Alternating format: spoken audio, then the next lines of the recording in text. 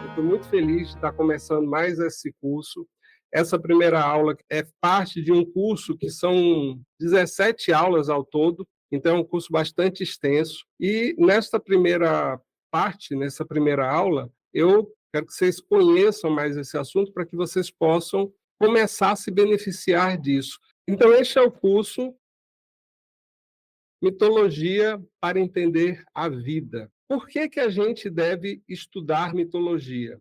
Vocês já repararam que na vida tem certos momentos que parece que ela não faz sentido, que a vida não está fazendo muito sentido, que a gente não está entendendo o que está acontecendo? Parece que a gente está falando uma coisa e as pessoas estão entendendo outra, que a gente está querendo chegar num determinado lugar e chega num lugar oposto do que a gente quer. Então, tem determinadas fases da vida que parece que ela não faz sentido. Assim, imagine que você foi teletransportado para uma cidade no interior da China. Falar chinês, o cantonês, já é um negócio, mandarim já é um negócio difícil. Poucas pessoas aqui no Ocidente que sabem falar chinês.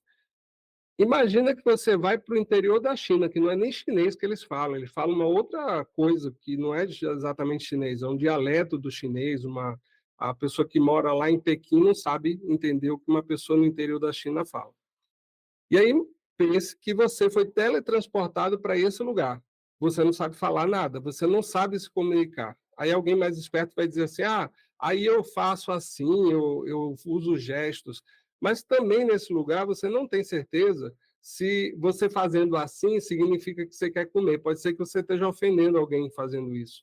Você não tem certeza que se você fizer assim quer dizer que é legal. Pode ser que você esteja ofendendo alguém, porque os gestos também variam de um lugar para outro. Você consegue perceber como seria difícil a vida de vocês nesse lugar? Como seria difícil a vida de vocês nessa realidade, num lugar onde você não entende o que as pessoas estão falando, as pessoas não entendem o que você está falando, e que tudo que você quer fazer ganha um grau de dificuldade muito, muito maior. Vocês compreendem isso? A vida é exatamente assim, como se a gente estivesse no interior da China, como se a gente tivesse perdido num lugar onde as coisas não fazem sentido, onde a gente não entende a língua das pessoas, as pessoas não entendem a língua da gente. Nós vivemos a nossa vida tranquila, daqui a pouco acontece alguma coisa que muda tudo, a gente perde uma pessoa que ama, a gente fica sem um emprego, acaba um relacionamento, aparece uma doença, ou seja, parece que está tudo indo de uma forma e de repente muda tudo. E você tem que ajustar a vida novamente para uma outra coisa que não é o que você deveria, o que você gostaria de estar vivendo. Você tem que reajustar a vida. Então, a vida fica muito difícil, como se você estivesse lá no interior da China, sem conseguir entender ninguém, sem ser entendido. Mas, se você está lá no interior da China e você começa a entender umas poucas palavras que seja, isso já vai facilitar a sua vida. Porque no meio de um monte de coisa que você entende alguma coisinha, já você sabe o sentido de algo, de uma frase, você consegue aos poucos se comunicar. Então, a vida, ela não fala para a gente, com a gente, porque a vida fala com a gente acha que não, mas a vida fala conosco o tempo todo. Só que ela não fala português, ela não fala inglês, ela não fala espanhol. Ela fala uma língua que é a língua do símbolo. Ela fala conosco através de símbolos. Toda a linguagem da vida é simbólica. E a gente usa símbolos o tempo todo. Existem símbolos que são convencionados, que a gente convenciona, apertar a mão, alguns gestos, a gente convenciona esses símbolos. E existem símbolos que são naturais. Esses símbolos, principalmente esses naturais, são a linguagem da vida, como a vida fala com a gente. É impressionante como isso acontece o tempo todo. Eu tive várias experiências na minha vida em que, por entender um pouquinho da linguagem simbólica da vida, eu pude aprender muita coisa. Para contar uma experiência, uma história para vocês, uma certa vez eu estava indo para um local e eu estava atrasado. E vocês sabem como é o trânsito de Recife, a gente fica todo estressado no trânsito, né? Normalmente a gente acaba ficando estressado. E nessa ocasião eu estava atrasado, a culpa era minha. Eu que estava atrasado. Eu que saí fora do horário que eu tinha que sair. E tinha que chegar num determinado lugar. E eu estava dirigindo, então, com atenção, mas com toda a pressa. E estava meio estressado porque eu estava atrasado para esse lugar. Aí, quando eu cheguei numa via, para quem conhece Recife aqui na Caxangá, estava mais ou menos livre, a Caxangá, mas um carro parou na minha frente. E eu, como estava com muita pressa, desviei para ultrapassar esse carro que tinha parado na minha frente. Quando eu desviei, eu percebi por que, que ele parou na minha frente. Porque estava passando um rapaz levando uma senhora, não sei se era a mãe dele, não sei quem era, mas ele estava levando essa senhora. E quando eu vi, eu freiei, tive que frear de forma mais brusca, evidente, ficou evidente que eu freiei de uma forma mais brusca, e esse rapaz olhou para mim, mas ele olhou para mim com uma cara tão braba, ele inclusive deixou a senhora ir andando, ele ficou olhando para mim com uma cara como se eu tivesse realmente ameaçado ele, porque sem querer eu acabei fazendo isso. E ele olhou para mim com uma cara de um bicho, e foi impressionante, foi muito impressionante ver como ele estava olhando para mim, aquele olho de raiva que ele estava. E eu saí depois, né, eu fiz um gesto de desculpa, mas saí e eu olhei pelo retrovisor que ele continuava olhando para mim. E naquele momento que eu fiquei olhando para o retrovisor e vendo ele olhando com aquele olhar de raiva para mim, eu consegui perceber que aquilo era a vida mostrando para mim como eu estava naquele momento. Aquele cara era eu. E a vida estava mostrando para mim, é assim que você quer encontrar as pessoas do seu compromisso, com essa cara de raiva, de estresse, de então, eu usei esse exemplo para vocês, contar essa história, para vocês verem como a vida é simbólica, como a vida fala em símbolos para a gente. Tem diversas histórias dessas assim na minha vida que eu poderia contar, e elas são impressionantes. Mas eu só pude perceber isso porque eu tenho alguma linguagem simbólica. Caso contrário, eu não teria percebido. Eu teria pensado assim: ah, esse cara é um idiota, está olhando para mim por quê? Mas a vida falou comigo naquele momento. Às vezes ela fala até mais diretamente. E a gente, normalmente, na vida, usa símbolos o tempo todo. Quando a gente está num velório, por exemplo, ou quando a gente reencontra alguém, um abraço, que é um símbolo, fala muito mais do que 1000 palavras. O que é que a gente vai dizer para alguém que perdeu uma pessoa e a gente está no velório querendo consolar aquela pessoa? É muito difícil falar alguma coisa certa. Mas um abraço diz tudo. Você reencontrou alguém, um abraço diz tudo. Você quer declarar a sua paixão por alguém. O que é melhor, você entregar flores ou você fazer um discurso de 2 horas declarando e dizendo como é o amor que você sente? Percebe que um gesto diz muito mais do que muitas palavras? Esse é o poder do símbolo. Se a gente não entender os símbolos, a gente não entende a vida. Aí a vida fica complicada, aí a gente vira aquele cara que está lá no meio do interior da China. Então, entender símbolos é muito importante para a gente entender a vida. E os mitos nada mais são do que histórias simbólicas, cheias de símbolo. E essas histórias, os mitos, a mitologia, são histórias que explicam para a gente coisas através de símbolos, coisas que a gente não vai entender normalmente pela razão. Porque o símbolo, a mitologia e toda a linguagem simbólica, inclusive a linguagem que a vida usa para a gente, não é uma linguagem racional. Não foi uma linguagem que foi feita para que a nossa razão, a nossa lógica entenda. Ela foi feita para que algo superior à nossa lógica entenda. Depois a gente baixa para a lógica e aí a gente tenta traduzir isso de alguma maneira. Mas quem entende o símbolo não é a lógica. Quando eu vi aquele rapaz, logicamente eu ia dizer assim, eu estava tentando atravessar, chegar mais rápido, eu não parei o carro, e por que ele está chateado? Eu não ia entender. Logicamente, eu não ia entender. Mas há algo superior à minha lógica, superior à minha razão, me fez entender aquele momento. O que é esse algo superior? É um elemento que as tradições mais antigas vão chamar de vários nomes, mas a gente pode chamar de intuição. Essa intuição é capaz de entender a linguagem da vida. Depois a gente desce essa intuição para a razão, aí a razão a gente vai tentar explicar para os outros, não é para a gente. Quando você entende algo simbolicamente, Quando você entende algo pela sua intuição, você não precisa de explicação. Isso já fica claro para você. Agora, para você explicar para os outros, você tem que usar um pouco de razão. Para eu contar essa história para vocês que eu contei agora, eu tive que traduzir de uma forma racional. Mas na hora eu não precisei de nenhuma tradução. Imediatamente me veio. É isso que a vida está dizendo para mim. Eu estou parecendo um bicho, como aquele rapaz estava parecendo. O que é que a vida quer da gente? O que é que a vida quer que a gente faça? A vida quer que a gente cresça. É isso que a vida quer. E não é fácil crescer.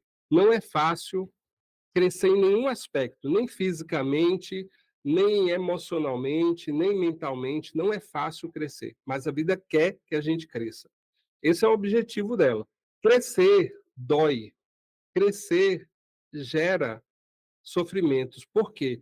Porque quanto mais a gente cresce, em qualquer aspecto, mais dificuldades a gente tem. Mais dificuldades surgem na vida. Quando a gente era criança, a gente tinha um nível de dificuldade. Quando a gente cresceu e virou adolescente, o nível de dificuldade da vida passou a ser outro. Quando saiu da adolescência para a vida adulta, apareceram outros problemas. Então, a vida, ela quer que a gente cresça e ela vai trazer para que a gente cresça problemas, dificuldades. Porque esse é o caminho para a gente crescer. Só que ela traz também, através dessas respostas simbólicas, as soluções.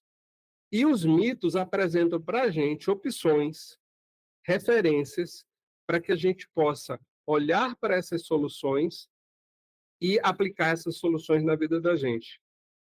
Na verdade, todo tempo a gente está vivendo algumas histórias mitológicas, só que a gente não percebe e não aprende porque não percebe. Essas histórias elas estão o tempo todo aparecendo na nossa vida. A gente costuma falar coisas como assim: "Ah, hoje eu estou no inferno nesse momento".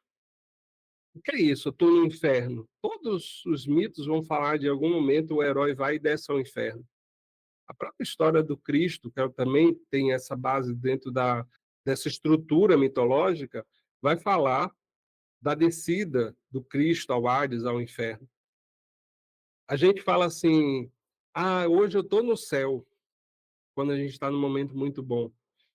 Toda a história mitológica vai dizer que o cara desceu ao inferno e depois ele subiu aos céus, ascendeu aos céus. Ou seja, a gente, o tempo todo a gente está utilizando a linguagem mitológica para falar. A gente diz assim: "Ah, eu tenho que matar um leão por dia". Vários mitos vão falar isso: "Vou matar um leão, matar um dragão, matar um touro, eu vou matar um animal". O que é esse animal que a gente vai matar? Mas a gente fala isso. Ou seja, a gente usa a linguagem simbólica, a gente vive mitos, mas a gente não percebe que está vivendo e, por não perceber, a gente não aprende. Os mitos de heróis, os mitos heróicos, eles são como modelos da evolução humana. São uma forma da gente ter uma referência para evoluir. E o que é evoluir? É crescer. Eu acabei de falar, crescer dói, crescer não é fácil. Crescer exige desafios. Enfrentar desafios, vencer desafios para poder enfrentar desafios maiores ainda. Quando a gente enfrenta desafios na vida, seja ele de que ordem for, e vence esses desafios, a gente vai ganhar, por conta desses desafios, desses problemas que a gente conseguiu resolver, que a gente conseguiu superar, a gente vai ganhar novas habilidades. E mais do que habilidades, a gente pode desenvolver virtudes. Virtude é uma ferramenta que é o que os mitos querem fazer a gente ter. Virtude é um fator humano que vai fazer com que eu tenha força, motivação, energia para fazer o que eu devo fazer. As virtudes são as nossas grandes ferramentas. E os mitos nos ajudam a ter referências dessas virtudes, porque a gente carece de referências. A gente carece de referências para ter virtude. Virtude como justiça, lealdade, bondade, generosidade. A gente tem uma dificuldade enorme de entender direito o que são essas coisas. E essas coisas, elas só vão ser vividas por nós se nós tivermos exercitando essas coisas. E para exercitar essas coisas, eu preciso de desafios. A vida me traz desafios, mas para eu exercitar e ter de verdade essas coisas, eu preciso ter referência. Sem referência, fica difícil eu saber se o que eu tenho é uma virtude ou é um vício, porque as virtudes e os vícios são dois lados da mesma moeda. Se eu tiver um vício, seja ele qual for, é uma energia que, se eu conseguir girar essa chave dessa energia, eu transformo isso numa virtude e vice-versa. Eu posso transformar uma virtude num vício. Uma pessoa, por exemplo, que é muito disciplinada, que é muito trabalhadora, disciplinada. Se ela inverter essa chave, ela pode se tornar um workaholic, uma pessoa viciada em trabalho. E aí isso acaba com a vida dela, acaba com a vida social, a vida familiar. São chaves que vão mudar de um lugar para outro, dependendo de para onde é que eu vou ir. Aí, quando eu vou tendo os desafios na vida, os mitos vão mostrando o quanto eles são benéficos.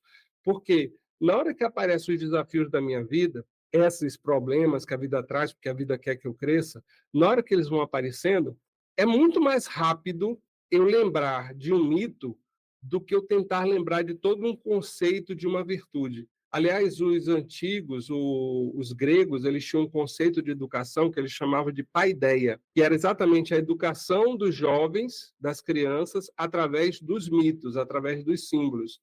Porque eles imaginavam o seguinte: é muito mais fácil, se eu quiser, um menino tiver, sei lá, precisando ter coragem, uma criança, um adolescente está precisando ter coragem, é muito mais fácil dizer para ele assim: olha, você acha que Hércules faria isso que você está fazendo ou faria diferente? Como é que você acha que ele agiria? É muito mais, se ele conhece a história do Hércules, se ele conhece o mito do Hércules, ele vai ter imediatamente uma conexão com esse símbolo e isso vai remeter para ele toda a ideia do que é coragem.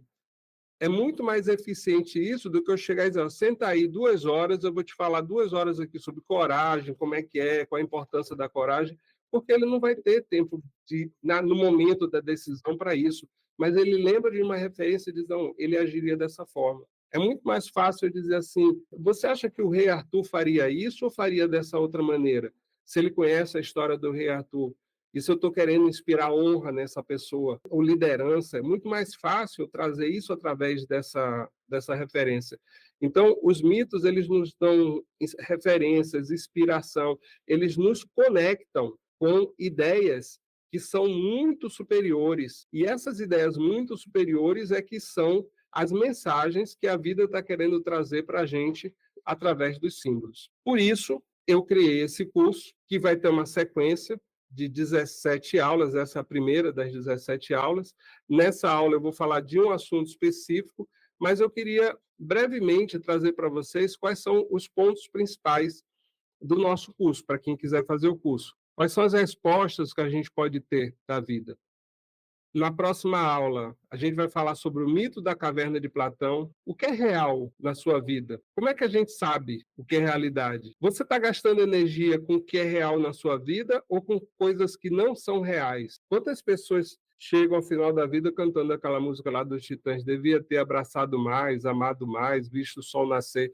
O que é real de fato na vida da gente? Será que a gente está gastando tempo, energia, nossos esforços em busca de coisas que não são realidade? Esse mito nos ajuda a entender o que é real e o que não é real, como não ser enganado, como não ser ludibriado por ilusões que parecem reais, que nos prometem muitas coisas, mas que no final nos dão só vazio. O outro mito que a gente vai falar é o mito do Bhagavad Gita. Bhagavad Gita, ele fala dessa luta interior de todo ser humano. Por que, vez ou outra na vida, a gente entra em conflito conosco mesmo, com as nossas ideias? Eu quero uma coisa, mas também não quero aquela coisa. Eu desejo coisas que me fazem mal. Por que eu faço isso? Por que eu desejo coisas que me fazem mal? Por que eu quero uma coisa, mas ao mesmo tempo uma parte de mim está dizendo assim: não, evita, que isso aí não é legal. Mas outra parte de mim diz que quer desesperadamente isso. Por que tem esses conflitos internos? Esse mito vai responder isso para a gente, vai dizer para a gente isso. A gente vai ver um outro mito da mitologia egípcia, que é o mito de Osíris, Ísis e Horus. O que significa essa trindade na nossa vida, por que que às vezes a gente se sente fragmentado? Como se a gente fosse pessoas diferentes, dependendo da situação, da circunstância, eu mudo como eu sou, como eu ajo, como eu penso, mudo de opiniões, aí agora eu acho isso, daqui a pouco eu acho aquilo, e agora eu não sei bem o que que eu acho, eu não sei bem quem é que eu sou.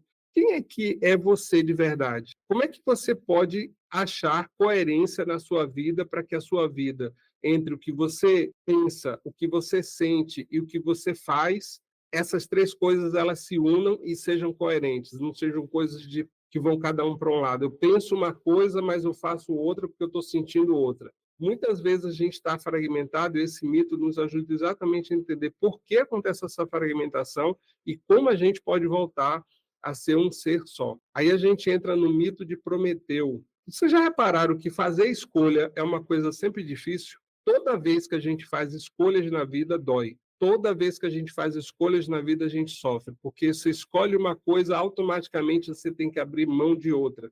E a gente sempre fica na dúvida: será que eu escolhi a coisa certa? Será que eu fiz a decisão certa? Então, escolha sempre é dolorosa, mas sempre é necessária. Por que que é tão difícil fazer escolhas? E por que que é tão importante fazer escolhas? Esse mito nos ajuda a entender exatamente isso. Aí entra num ponto que não é exatamente um mito, mas eu vou falar nessa aula sobre o simbolismo dos contos de fada, que são histórias muito mais do que histórias para criança. Essa aula vai responder para a gente como é que a vida dá para nós ferramentas para que a gente possa vencer qualquer obstáculo e realizar nossos sonhos. Como é que eu consigo essas ferramentas da vida? Onde é que está disponível? O que é que eu preciso fazer para que a vida me dê essas ferramentas? Ela dá, ela tem essa opção, mas eu tenho que ter uma certa postura para eu poder receber essas ferramentas da vida.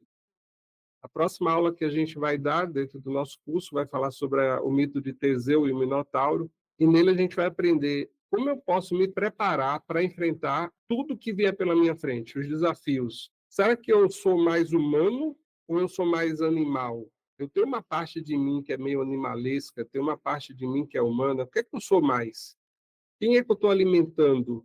A parte animal em mim, a parte que é muito instintiva, muito desejosa, muito beligerante, ou estou alimentando mais a parte humana em mim? Esse mito vai nos ajudar a entender quem nós somos de verdade, mais animais ou mais humanos. Aí entramos numa história que Homero nos conta, que é um excelente mito também, a Odisseia, que é a história de Ulisses, a jornada da alma humana. E nessa aula a gente vai entender o que é que nos impede de chegar aonde nós queremos chegar. O que é que nos impede de ser quem nós queremos ser. Daí entramos na metade do curso, numa aula que é a única aula que vai ser dupla, a aula sobre os 12 trabalhos de Hércules, a gente vai falar sobre cada um desses 12 trabalhos, mas basicamente ela vai responder uma pergunta para a gente. Por que os problemas existem?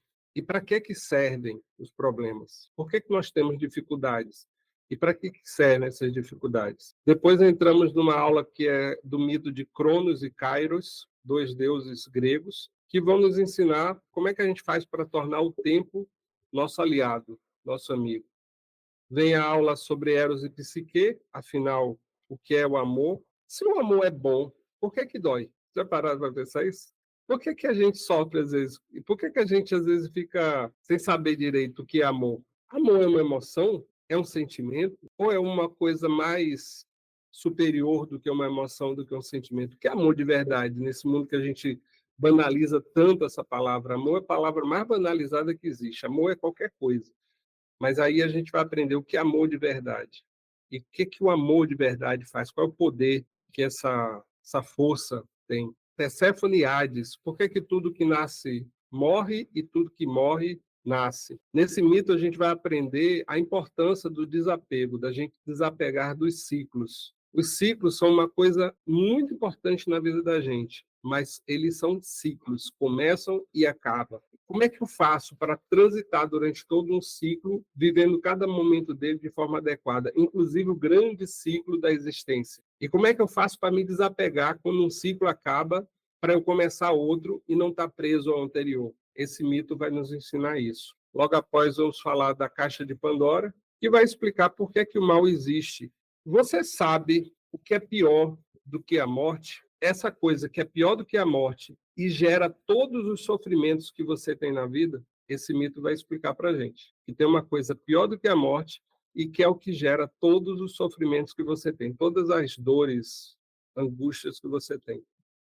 Entramos no mito do dilúvio, que é um mito bíblico. Aliás, teria outros mitos bíblicos para tratar também, se der tempo eu entro neles, como, por exemplo, o mito de Adão e Eva, que eu vou falar um pouco dele lá, quando eu falar do mito de Prometeu. Mas o mito do dilúvio, a gente vai aprender o que é que a gente está guardando dentro da gente. A pergunta que eu quero responder nesse mito para vocês, que vocês reflitam nesse mito, nessa história, se você perdesse tudo que você tem, o que é que sobrava? O que é que tem dentro de você que sobrava? Se você perder tudo, todas as coisas. A gente vai responder isso nesta aula. E aí chega na penúltima aula, que é o Rei Arthur, o que é que significa ser um líder. A gente vai falar nessa aula sobre um poder que você tem, que você não está usando, mas que se você usasse, resolveria todos os seus problemas. Então, se você quiser saber, essa aula vai explicar isso. Que poder é esse que você tem, não está usando, mas se usasse, resolveria todos os seus problemas. E, finalmente, a última aula do curso é: sua vida é um mito. Você não entende como aprender o que a vida está tentando lhe ensinar. Todos os dias, a vida está tentando te ensinar alguma coisa. Você já percebeu isso? Você está escutando o que a vida está tentando te ensinar? Esse, então, é todo o nosso curso, que começa hoje com o tema A Jornada do Herói, os 12 passos para superar essa estrutura básica dos mitos. E a gente vai falar sobre isso agora. Mas eu quis antes apresentar para vocês toda a nossa estrutura do curso, para que vocês pudessem ter um gostinho, saber, ficar com vontade de fazer. Para a gente falar sobre a jornada do herói, esses 12 passos para se superar, para ser quem você deve ser, a primeira coisa que eu tenho que fazer é perguntar: o que é um herói? O que é que faz um herói ser um herói? A palavra herói, ela vem de um deus grego, que é o deus Eros. Vocês lembram o que é que representa o deus Eros? Cupido da mitologia romana, né? Que é o deus Amor. do amor, exatamente. Do amor, que é a história que a gente vai falar depois, lá em Eros e Psique, contar a história dele. Mas ele é o Deus do amor. E por que que o herói, a palavra herói vem de Eros, que é um Deus do amor? Porque não é qualquer ato de coragem, o que pareça corajoso, porque muita coisa parece corajosa, e não é, de fato, não é porque eu estou fazendo uma coisa que parece corajosa que eu sou um herói. Ah, eu estou saltando de bungee jump. Isso é uma busca de adrenalina, você está tentando sentir alguma emoção diferente, mas isso não é um ato heróico. E nem sequer é um ato corajoso, é um ato que você está tentando fazer por uma atitude para tentar ver o que você consegue fazer da vida, o que você consegue sentir. Não condeno quem faça, não. Tem uma amiga minha que está aqui que já fez e ficou com a cara bem inchada, inclusive, depois de fazer. Está assistindo a aula aqui, a minha amiga Jamile. Mas não é um ato heróico, não é um ato de coragem, porque coragem, eu não vou entrar nisso agora, mas coragem vem de core, coração, é algo que você faz porque o seu coração está mandando. Coração que é muito ligado a Eros, amor. Então, a coragem é uma atitude que é gerada por uma ação de amor, amor ao outro, porque não é amor a si próprio só, não é um amor egoísta, é um amor que quer fazer bem ao outro. O amor é a motivação do herói, o amor altruísta. Então, todo herói só é herói se está fazendo um ato como amor, gesto de amor a outro, por amor a outras pessoas. Então, disso a gente tira que nem tudo que a gente chama de amor é heróico. O herói ele serve por amor, ele não serve por interesse próprio, nem mesmo interesse de ter adrenalina. Ele serve por interesse generoso por outras pessoas, para ser útil para outras pessoas. Não que ele não possa tirar benefício do que ele está fazendo, mas ele faz por amor ao outro. E você, nas coisas que você faz na sua vida, no seu dia a dia, você está fazendo tudo pensando só em você ou você tem outros que você também está pensando? Você está fazendo também por outro. Aí você começa a ter uma definição se você está tendo uma atitude heróica ou não na sua vida. Depois a gente vai entender melhor que existem heróis que são famosos, existem heróis anônimos. E eu posso ser um herói da minha própria vida e ninguém saber. Herói para algumas pessoas e ninguém saber. Não é também um herói ter que ser conhecido, não é isso não. O ato heróico é o ato de viver, o ato de me tornar cada vez melhor como ser humano, não para que eu possa me sentir melhor simplesmente, mas para que eu esteja mais preparado para servir outros seres humanos. Isso é que faz, é uma das características do herói. Então, só é heróico se um ato for altruísta. Se não for altruísta, não é. Eu lembro que o Pedro Bial costumava chamar o pessoal lá do Big Brother de os nossos heróis. Pense numa distorção enorme de palavras. Pessoas altamente egoístas, vaidosas, interessadas em cada um ganhar dinheiro e derrubar o outro para poder ficar com o prêmio final, sendo chamados de heróico. É a antítese do que é um herói. Então, só é heróico se for altruísta. Outra característica do herói, ele precisa ter um vilão, ele precisa ter um desafio. O herói é do tamanho do vilão que ele tem, ou do problema, do desafio que ele tem. Quando ele fala de vilão, ele pode ser uma pessoa, pode ser um problema. Geralmente, o vilão mesmo é um problema, uma situação de um herói. O tamanho do vilão ou do problema determina o tamanho do herói. Os vilões nas histórias, porque essa estrutura que a gente vai falar, que é a estrutura da jornada do herói, ela vai tratar disso e vai mostrar que todos os heróis têm um vilão. Então o herói ele tem um vilão, esse vilão, o tamanho desse vilão vai indicar o tamanho do herói. Aqueles que fazem com que o herói se torne um herói. Se não tiver um vilão, o herói não se manifesta. Você nunca vai ver uma história fascinante de um herói e o vilão é medíocre, é insignificante. Mas esse herói não vale nada, não tem importância nenhuma. O que torna o herói importante para a gente, como referência, é exatamente o tamanho do problema que ele tem para resolver. Então, todos nós temos provas, que são os nossos vilões, desafios, problemas na vida. A vida ela traz essas provas fazem parte da vida da gente. A vida ela vai trazer esses problemas do tamanho que a gente se propõe a ser.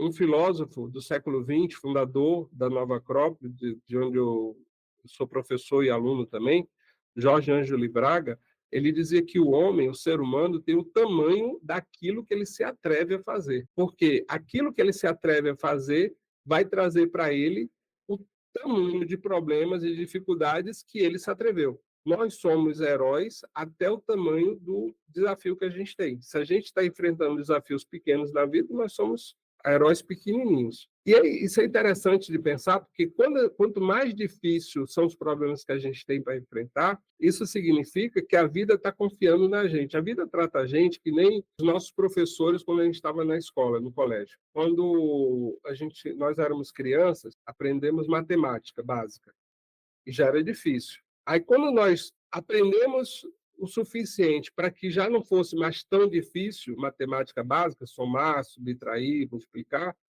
o que é que os professores fizeram? Aí chega lá e trazem equação de primeiro grau. O negócio estava ficando fácil, vai e coloca a letra no meio do negócio. Isso já fica complexo, já fica complicado. Quando você vai absorvendo aquilo vai se tornando mais fácil, chega a equação de segundo grau, derivada. Ou seja, assim como na escola, eu cada vez mais as coisas vão ficar mais complexas, mas se eu atingir um grau de facilidade no estágio anterior, agora eu estou pronto para enfrentar o próximo desafio, a vida faz exatamente a mesma coisa. Ela te dá problema, problema, problema. A uma hora você aprende a lidar com esse problema. Quando você aprende a lidar com esse problema e você se torna capaz de resolver isso sem grandes dificuldades, o que, é que a vida te faz? Ela te dá de presente mais problemas, mais desafios. Por quê? Porque ela quer que você cresça. É o grande objetivo da vida, querer que você cresça. Sabe com que a vida é parecida nesse sentido? Com os nossos pais. Quem tem bons pais vai lembrar, quem teve bons pais, vai lembrar que eles, ao mesmo tempo, cuidavam de nós e nos davam desafios. Nos davam tarefas que eram cada vez mais complexas para que a gente pudesse crescer. Porque a vida faz exatamente isso, eles estão só espelhando a vida. A vida quer que a gente adquira um certo grau de sabedoria. Evoluir, crescer, significa adquirir um grau de sabedoria. E o que é sabedoria, Robson? Não é acumular conhecimento, não é ler muitos livros e saber recitar muitas coisas. Isso não é sabedoria. Isso é só conhecimento e, às vezes, um conhecimento até que atrapalha mais do que ajuda. Sabedoria é saber resolver problemas. Uma pessoa sábia não é uma pessoa que tem muitas informações. Uma pessoa sábia é uma pessoa que tem uma quantidade X de informação e, com isso, ela consegue resolver problemas. A gente acha isso muito óbvio quando a gente vê, sei lá, séries, filmes que tem aquele mestre que aparece como uma figura do sábio. Você vai ver que nunca é aquele cara que está ali estudando, estudando, estudando. Ele é o cara que viveu coisas, teve experiências. Aí o sujeito vai lá atrás do sábio, e o sábio não tem todas as respostas, mas ele viveu tantas experiências, resolveu tantos problemas na vida, que algum problema que o sujeito traz para ele, ele diz assim: olha, eu já passei por isso e foi assim, assim, assim. Sabedoria é saber resolver problemas, é saber resolver os desafios da vida. Isso é sabedoria e é isso que a vida quer. É isso que um herói adquire. Outra característica do herói é que ele tem sempre alguma arma superpoderosa. Não são muitas armas. Você vai ver que nas histórias o herói ele não aparece com um monte de armas, com um arsenal bélico para enfrentar o desafio. Geralmente é uma arma, e às vezes bem simples, uma espada, uma porção mágica, alguma coisa que ele consegue lá. Mas com aquela arma ele consegue resolver todos os problemas. A gente vai, numa das aulas, falar dos contos de fada. Você vai ver que o conto de fada, o sujeito aparece lá, o príncipe, né? Uma espada, e alguém diz assim: ó, tem um dragão para você enfrentar. Olha, o cara tem um dragão para enfrentar e ele só tem uma espada. Mas o cara diz: eu vou. E aí, quando ele diz eu vou, acontece uma magia que o Jung chama de sincronicidade, que ao caminhar em direção ao desafio, a vida começa a preparar ele, começa a aparecer um mago, um velhinho que ele vai ajudar, e que esse velhinho se transforma no mago e que vai dar uma porção mágica para ele, um passarinho que vai e canta alguma coisa e traz uma informação para ele que ele vai precisar, vão aparecer amigos, parceiros, e aí quando ele chega para enfrentar o dragão, o grande desafio, ele está pronto. Por quê? Porque lá atrás ele, com aquela pequena espada, decidiu: eu vou. E isso levou ele até lá. A vida, ela vai dar para a gente essas armas. O que são essas armas? As nossas virtudes, que nós não temos muitas, é verdade. Assim como a gente não, o herói lá tem uma espada, ou um escudo e uma espada, duas coisas. A gente também não tem muitas virtudes, a gente tem relativamente poucas virtudes. Mas se eu tenho alguma virtude, e todos nós temos alguma, e eu trabalho essa virtude bem definida, com ela, eu vou poder resolver vários problemas da minha vida. Talvez resolva a minha vida toda. Por quê? Porque uma virtude que eu tenha e que eu foque nessa virtude, que eu fortaleça essa virtude, ela acaba atraindo outras. Aí eu tenho que saber usar a minha virtude. Qual é a minha virtude? A criatividade vai me ajudar com outras coisas. Qual é a minha virtude? É a disciplina vai me ajudar a resolver várias coisas. E ela, para eu ser disciplinado, eu vou ter que ser generoso. Como é que eu posso ser disciplinado de verdade e marcar uma pessoa e não cumprir a promessa? Então, eu vou ter que ser pontual. Ou seja, uma virtude vai trazendo a outra. Agora, eu tenho que saber usar. Eu tenho que lembrar que eu tenho. Tem uma história, uma das várias versões da história do Aladim, que o Aladim, no meio da história, ele recebe de alguém que ele ajudou um anel. E a pessoa dá para ele esse anel e diz assim: ó, esse anel é um anel mágico, com ele você vai poder resolver um grande problema que aparecer na sua vida. Ele vai resolver esse problema para você, mas só usa na hora que você tiver um grande problema. E ele bota o anel, fica com o anel no dedo e vai seguindo a história dele, vai passando pelas aventuras. E a gente vai ficando agoniado, porque ele vai passando por perigos cada vez maiores, ele não bota o danado do anel no dedo. Ele não abre o anel para resolver o problema. Então, a gente fica: meu Deus, esse anel, no meio do filme, a gente chega a dar vontade de gritar assim: ó, o anel, vê o anel, e que ele esquece que tem um anel. Aí lá na frente, no final, ele enfrenta um problema grandão, que aí ele lembra do anel, abre e realmente o anel resolve para ele. O que é que eu quero dizer com isso? A gente esquece as virtudes que a gente tem. Quando a gente olha para a gente, muitas vezes a gente vê só os defeitos, a gente vê os problemas, as falhas, e esquece das virtudes.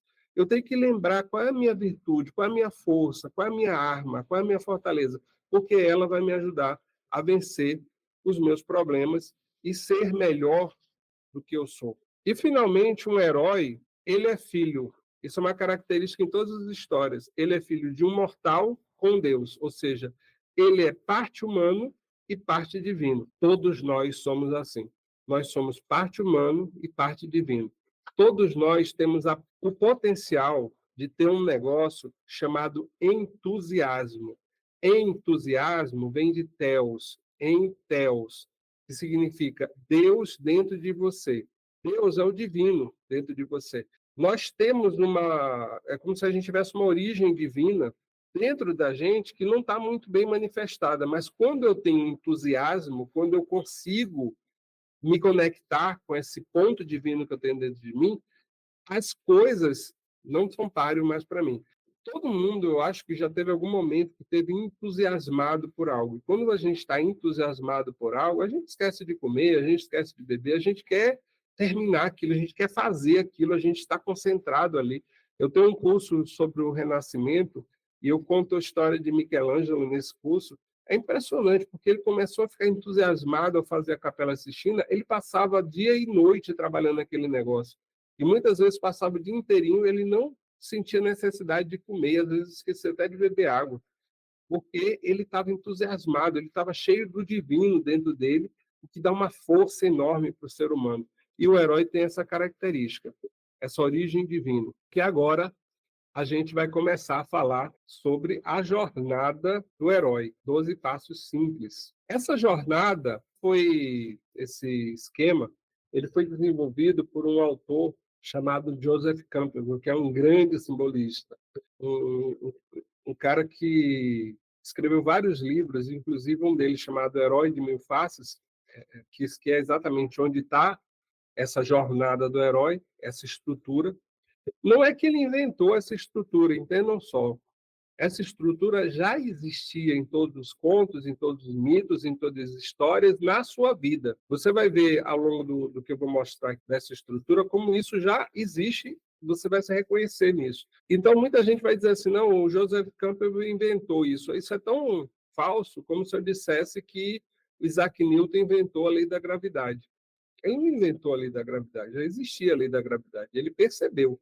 A mesma coisa acontece com Joseph Campbell. Ele não inventou isso aí, ele percebeu como é que era essa estrutura e como ela funciona em todos os mitos e como ela funciona na vida da gente. Essa estrutura é composta de 3 atos. O primeiro está nessa cor mais laranja, um pouco mais claro, vai falar da partida e da separação, do início dessa jornada do herói, onde ele começa a caminhar para o seu ato herói e ele pode, em algum momento, voltar ou continuar. Se ele continua, ele vai para o segundo ato. O segundo ato, ele fala da descida, que é a descida ao inferno, e a iniciação desse herói, o que vai fazer com que ele se torne maior do que ele era antes.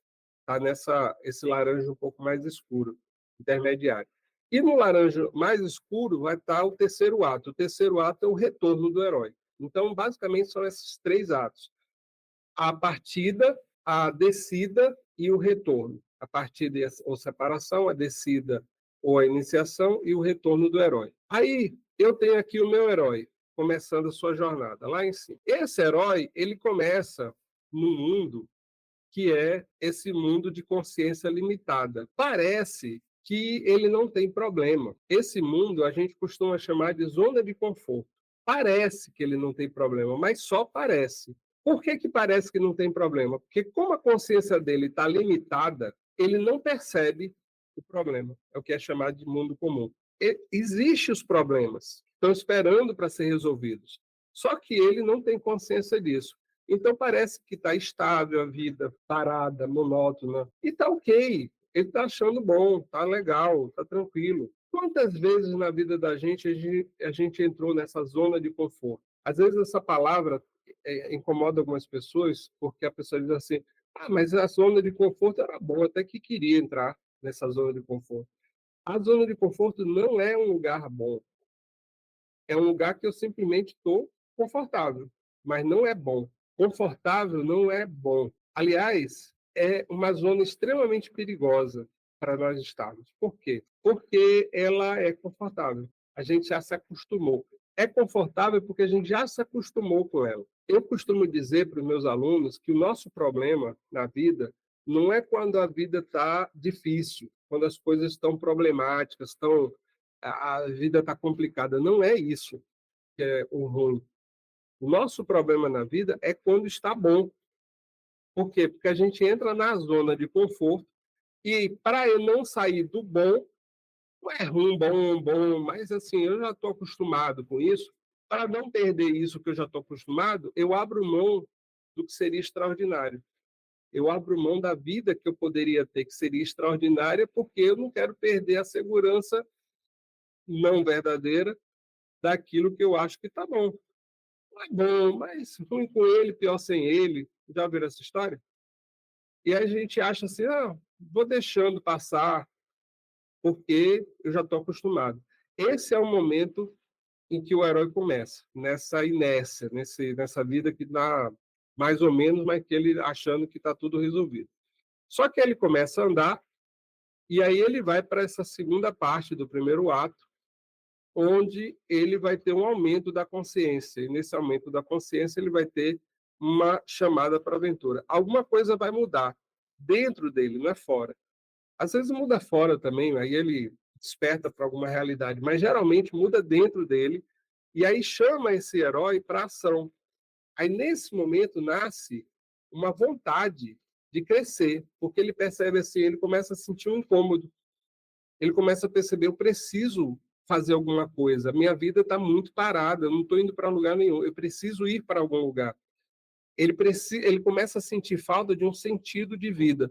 E ele pensa, eu preciso crescer, porque o sentido da vida, lembra o que a vida quer que você faça? Cresça.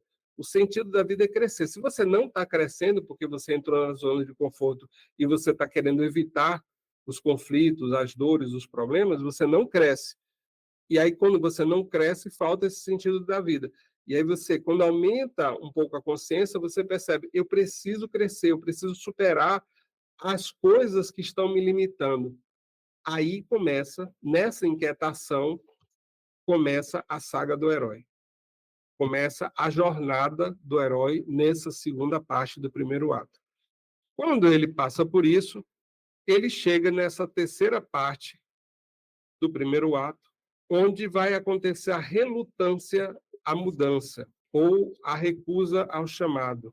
O herói vai se dar conta de que aquele desejo dele de crescer vai gerar dores, vai gerar sofrimento, ele vai ter que se acostumar com outra realidade, porque ele estava acostumado com a realidade anterior, aquela chamada zona de conforto, e aí dá no herói a vontade de desistir, porque ele começa a pensar assim, caramba, e se eu for e não conseguir? E se eu for e for pior do que eu tinha antes? Então ele busca essa tentativa de segurança de voltar para o que estava antes. Não estava bom, mas agora ele pensa assim, não, mas eu já conheço aquilo ali. Não é ruim, mas eu já conheço. Então eu prefiro ficar com o que eu conheço. Nós temos um medo enorme do novo. A gente tem um medo enorme das coisas, porque a gente fica assim, não, vai sair daquilo que eu já conheço. Agora, por exemplo, a gente está vivendo esse momento, a humanidade está vivendo esse momento, porque está tendo um boom de inteligência artificial e a gente está assim, oh, meu Deus, vai tirar o meu emprego, vai substituir o ser humano, vai acabar com a humanidade. Não sei, mas é o novo e vai vir o novo. E eu vou ter que me adequar a uma nova realidade, eu vou ter que me adequar a uma nova. E isso dá medo, dá vontade de voltar para o que estava antes. Esse medo faz com que a maioria das pessoas desista. E quando essas pessoas, por medo, neste momento, esse momento é crucial, porque neste momento que dá vontade de desistir, se a pessoa desiste desse crescimento e volta para o estágio inicial, a vida dela começa a entrar num looping, porque ela vai novamente sentir o desejo de crescer, chegar até aí e voltar, sentir o desejo de crescer, chegar até aí e voltar. E esse looping que ela tem um impulso de crescer e acaba cedendo para voltar para o estágio anterior, leva essa pessoa a perder o sentido da vida. Por que eu vivo? Para que eu vivo se eu não cresço? Porque se a vida quer que eu cresça e eu não cresço porque eu não quero sofrer, eu não quero correr riscos, uma hora vai chegar num drama interno de por que eu estou vivendo? Qual é o sentido de viver? Porque entrou nesse loop. Quando a pessoa não entra nesse loop e aceita o desafio de crescer, ela passa, supera o medo, ela passa para a próxima etapa desse primeiro ato, que é encontrar um mentor. Vai aparecer, nesse momento, um mestre, um mentor, alguém que, dentro daquela jornada que ela se propôs, por exemplo, a pessoa quer abrir uma empresa, quer sair de um emprego que ela tem normal e ela quer abrir uma empresa. Ela vai ter que sair de um emprego. Olha só, é muito mais fácil a tentadora chegar e dizer, não, mas aqui é seguro, eu estou tranquilo. Mas, em algum momento, ela não vai dar conta de manter o emprego e dar continuidade na empresa. E aí, como é que eu faço agora? Aí, se ela aceita o desafio e continua, vai aparecer alguém, alguma figura, alguma coisa que vai fazer esse papel de mestre, de mentor, que vai dar para ela a capacidade de superar a relutância anterior. Quando a gente acha esse mestre, ele, essa pessoa, ele começa a nos inspirar para que a gente possa ser capaz de aprender mais sobre o que a gente é mesmo do que a gente conseguiria fazer sozinho, porque ele vai começar a mostrar para a gente que nós somos capazes de coisas que a gente nem sabia que éramos capazes. A gente pode descobrir os nossos poderes, as nossas armas, as nossas virtudes através desse mestre. Ele começa a nos inspirar, a gente, poxa, eu posso fazer isso, eu posso superar meus desafios, eu posso ser mais do que eu sou. Quem é esse mestre? Não é, a gente fala assim de um mestre como se fosse, ah, vai aparecer um cara super genial. Não, o mestre é alguém que está na mesma jornada que a gente está, um pouquinho na frente da gente. Não fica esperando aparecer Jesus Cristo na sua frente como seu mestre, Buda como seu mestre, não é isso que vai aparecer. É um cara que está um pouquinho na frente, porque é esse que eu dou conta. Esse que eu dou conta de acompanhar, está um pouquinho só na minha frente, eu posso acompanhar ele. Ter um mestre, assim, que já está lá no topo, isso é muito difícil, a gente não vai conseguir. Mas o mestre é o cara que está um pouquinho na frente, na mesma jornada, no mesmo caminho que eu estou me propondo aí. Quando, através dessa ajuda, desse mestre, desse mentor, eu decido continuar, porque até aqui tem volta. Até aqui eu posso voltar lá para a zona de conforto. Mas se o herói continua essa jornada, aí ele vai para o ato 2. No ato 2, ele vai para o cruzamento de um limiar. Não tem mais volta. Ele está comprometido com a mudança. Ele entra num novo mundo que é desconhecido, perigoso, ele não sabe as regras desse mundo, e ele vai abandonar definitivamente o mundo comum, o que ele já conhecia. Ele entra noutra realidade. No exemplo que eu dei, por exemplo, é o cara que agora eu pedi demissão e vou me dedicar só à minha empresa. É outra realidade. As regras são diferentes. E dá medo, assusta, só que agora não tem mais volta. Um filósofo, um escritor e guerreiro japonês chamado Sun Tzu, ele dizia que em algum momento é necessário queimar as pontes para que a gente não tenha mais como voltar. Porque a partir do momento que não tenho mais como voltar para o que eu estava anteriormente, o único caminho que eu tenho é para frente, é ir para frente. Neste momento, ele está habilitado para começar a andar na sexta etapa dessa jornada, que são os testes, os aliados e os amigos. A aventura do herói, ele vai ganhar novas dificuldades, novos obstáculos, mas também ele vai ganhar parceiros. Nesse momento, ele vai enfrentar batalhas. Essas batalhas, esses pequenos desafios, não são grandes batalhas, são pequenos desafios. Esses pequenos desafios vão tornar ele habilitado para, aos poucos, ir enfrentando maiores, maiores, maiores, até chegar no grande desafio. Mas é este caminho que ele tem que passar. A pergunta que eu faço para você é: as dificuldades que você está enfrentando na vida, você está conseguindo tirar lições de cada barreira, de cada superação que você tem, que surge na sua frente, ou você só está reclamando delas? Porque o herói, ele não reclama dos desafios que tem que enfrentar. Ele considera que são oportunidades para ele treinar e se tornar cada vez melhor. Neste momento, o herói aprende as regras desse mundo novo. Ele vai testar sua capacidade, vai treinar para os grandes desafios que vêm para frente. Ele não fica lamentando os problemas, ele aproveita os desafios. E você, o que você está fazendo da sua vida? Você está reclamando, lamentando as dificuldades ou aproveitando os desafios? Dando sequência, ainda nesse segundo ato, aí o herói vai chegar no momento em que ele vai se aproximar de uma caverna profunda, vai se preparar para uma grande mudança, que é o tudo ou nada.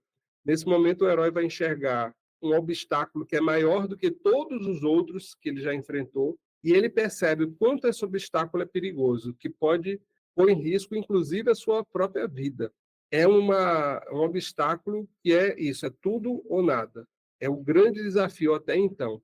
Mas tudo que ele passou antes preparou ele para esse grande desafio.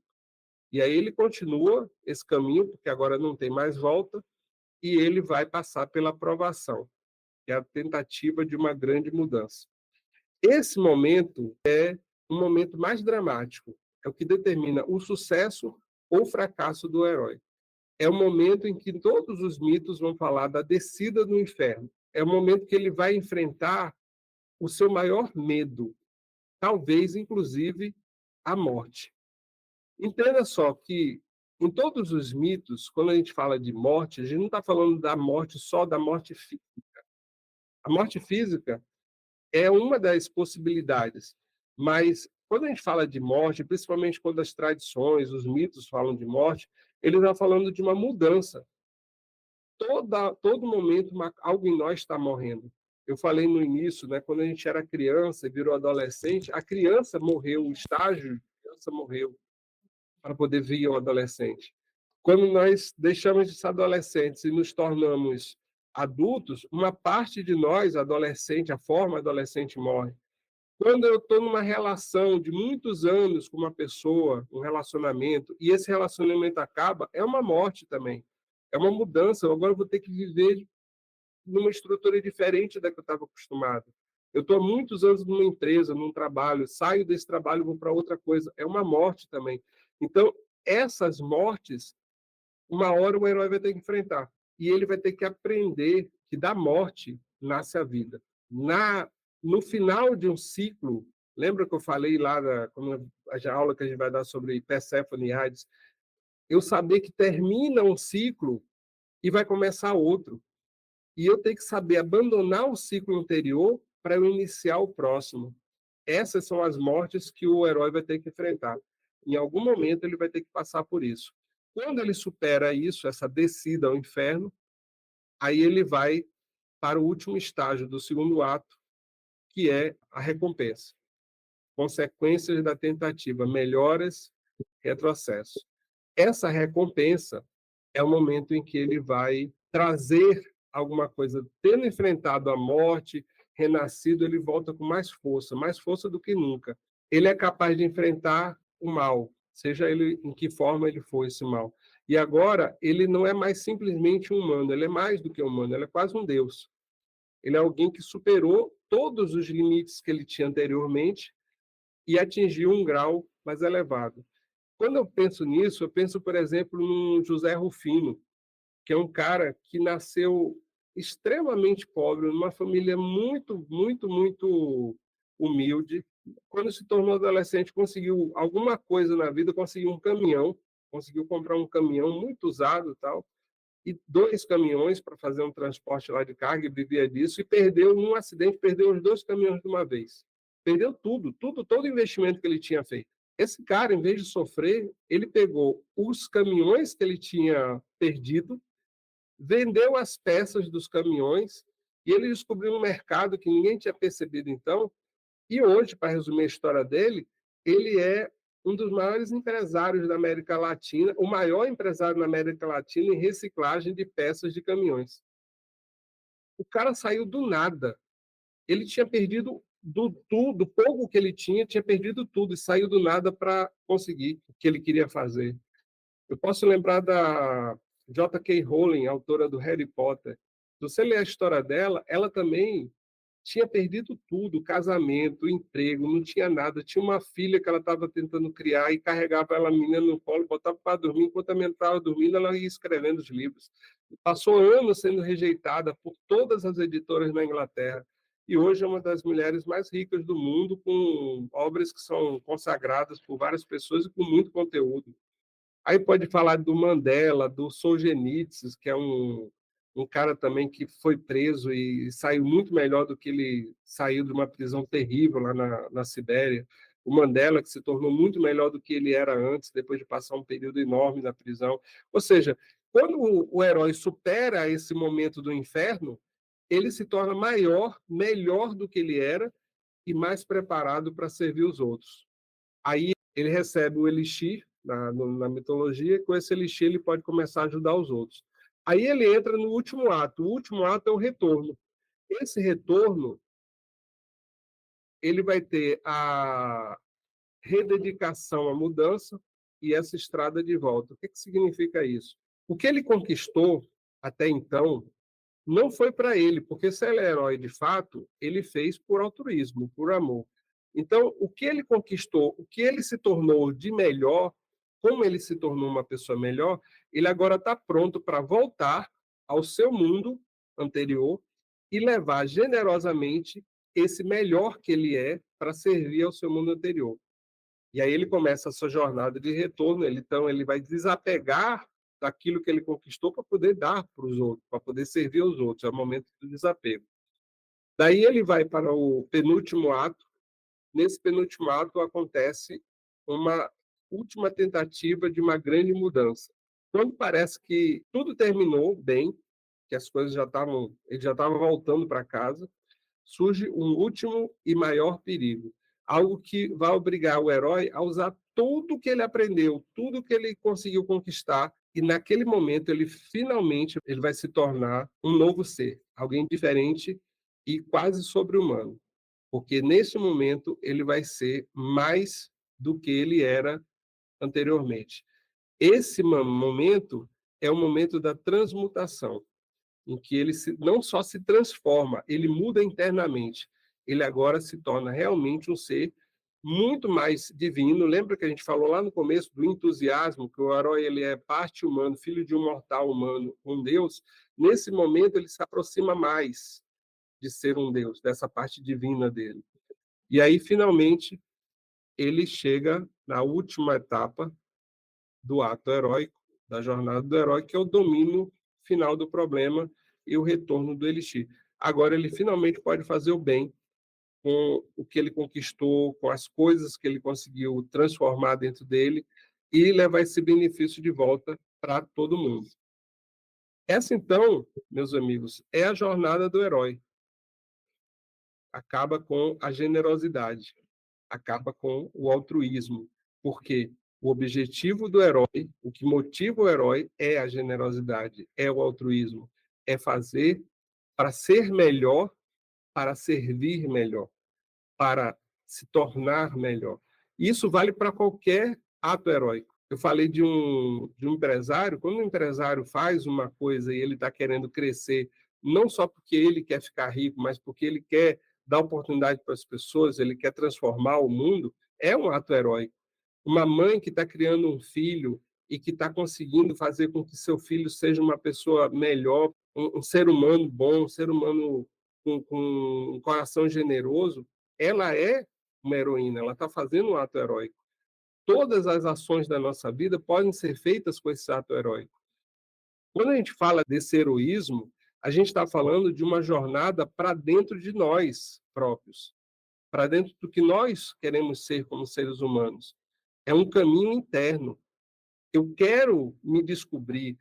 Para me descobrir, eu vou ter que entrar no meu inferno e ver quem eu sou de fato, ver minha vaidade, ver meus orgulhos, ver meus preconceitos, ver meus dogmas, olhar para isso de frente e ver assim, como é que eu resolvo isso? Como é que eu mudo isso?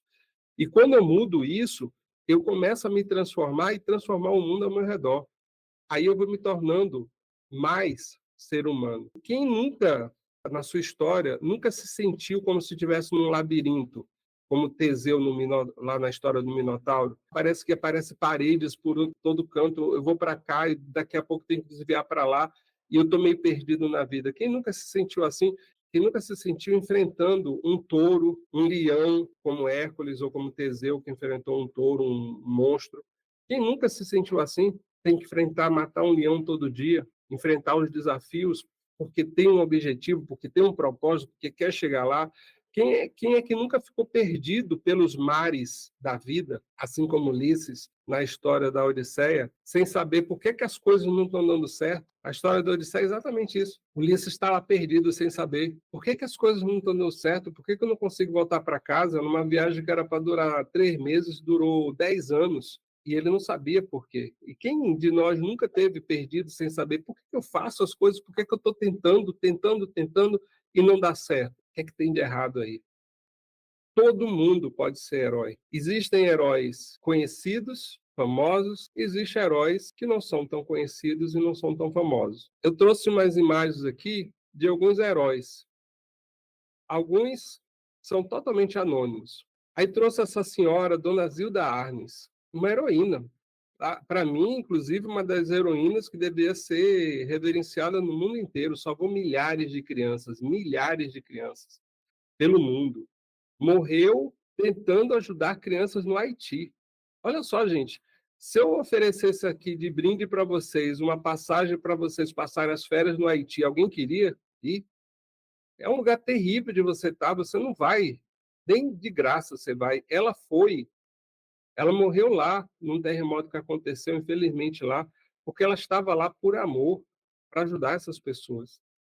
Essa moça nessa foto aqui mais no canto, pouca gente tem lembrado dela, o nome dela é Haley Batista. Essa mulher, um maluco entrou lá em Minas Gerais e tocou fogo numa creche cheia de crianças. Várias pessoas estavam presentes, mas essa foi a única que entrou lá no meio do fogo e salvou várias crianças, correndo o risco da própria vida que ela perdeu. Ela tinha os filhos dela que não estavam lá, mas ela entregou a vida dela, arriscou a vida dela para salvar crianças que não eram crianças dela. Por que ela fez isso? Por amor. É uma heroína. Deveria ser muito mais falada, deveria ser reverenciada. Essas duas moças aí embaixo, que estão aparecendo aí, essa mais jovem é Mila Renner, morreu com 20 anos de idade. Do lado dela, Kelly Adriane Aniszewski, morreu com 29 anos de idade. Duas professoras de Santa Catarina. Um outro maluco entrou lá esfaqueando crianças. Elas se meteram na frente e salvaram essas crianças. E pagaram com a própria vida. Heroínas. Heroínas. Todo mundo pode ter esses atos. Alguns entram para a história, outros não. Mas esses atos não precisa. É pouco provável que um dia você chegue na situação de você ter que arriscar sua vida para salvar a vida de alguém. Mas esses pequenos atos, esses pequenos gestos de amor, eles são fundamentais para que a gente possa ter esses atos de heroísmo, para que a gente possa viver e ter, de fato, uma atitude heróica na vida. Eu quero que vocês pensem nessa jornada do herói exatamente como essa possibilidade. Qualquer um pode ser um herói. Ele fez de tudo para tentar chegar ao céu. Superou a dor, se sacrificou, se entregou. Olhando o caminho, um fim, um dia percebeu. Entendeu a história, compreendeu na hora. Alguns alcançarão a glória, outros não.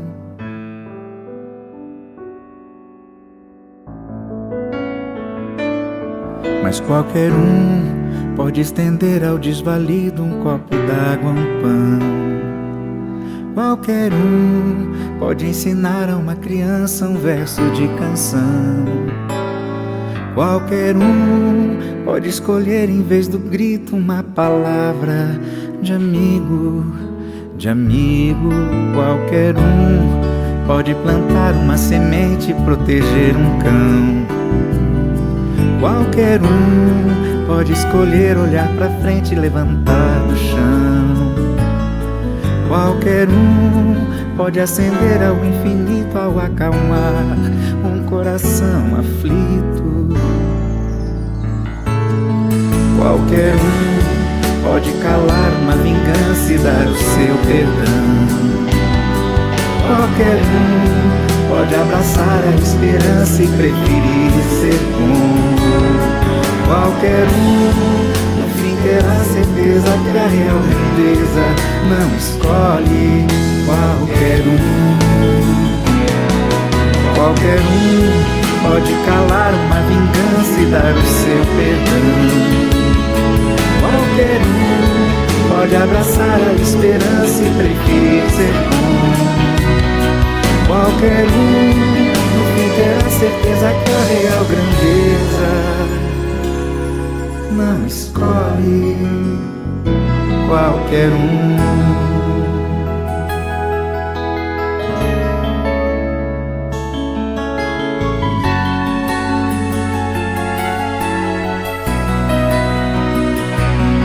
Qualquer no fim terá certeza que a real grandeza não escolhe qualquer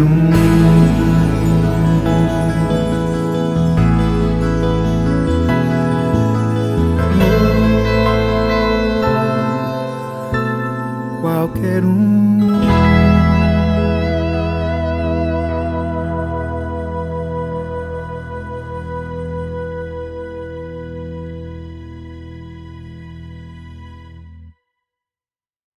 Eu quis mostrar esse vídeo para vocês, para que vocês lembrem que são pequenos atos na vida que nos tornam heróis.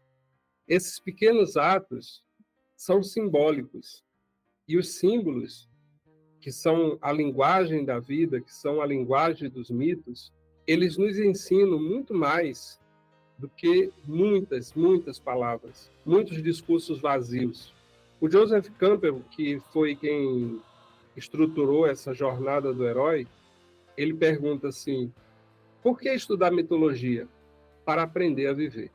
E é isso que eu espero com esse curso, que vocês, quem de vocês for acompanhar e fizer esse curso, vocês possam achar, através dos mitos, novos significados para a vida.